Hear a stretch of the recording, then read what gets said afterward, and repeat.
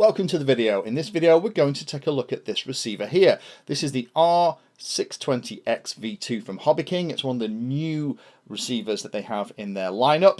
We did a look at another one of the new receivers recently, the R110, which is the satellite receiver with the long antennas, and we were very impressed with how that performed. This is a full-size receiver. It's a little bit bigger than things like our beloved R615X.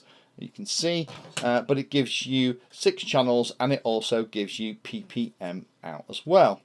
In the testing that we've done here and the playing with it, it has a very fast recovery from when you turn the radio on and off again. So that's quite a nice feature. That was one of the things on the R615 that used to bug me. Occasionally when you lost connection or you accidentally switched the radio off, you had to wait a second or two for it to renegotiate and rebind. This is much faster.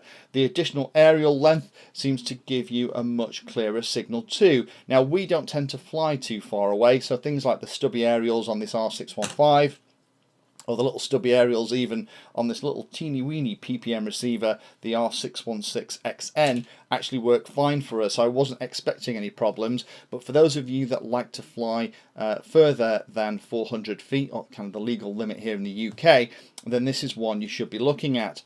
The only thing I will draw your attention to as part of the video is be aware that this will not work with the standard T6 radio. Now this is something that's been flagged to me. I haven't got a T6 radio here, although a couple of my friends have, and haven't yet managed to get on a field where I can actually test this out with their radios.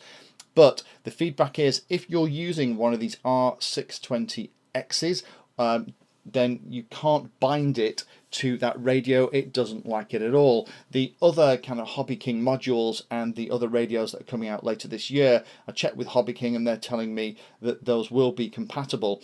This works beautifully with my Spectrum kit and also works great with the Spectrum module that's in my Taranis.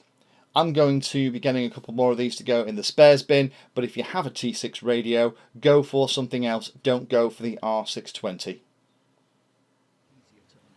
Thank you for taking the time to watch that video. There are lots of other videos on the channel and they're carefully ordered into playlists, so you may find that there are other videos on this same subject that you can go and watch. So I would recommend going into the playlist area of Painless 360 YouTube channel and looking around and seeing what there is. You never know what you might find.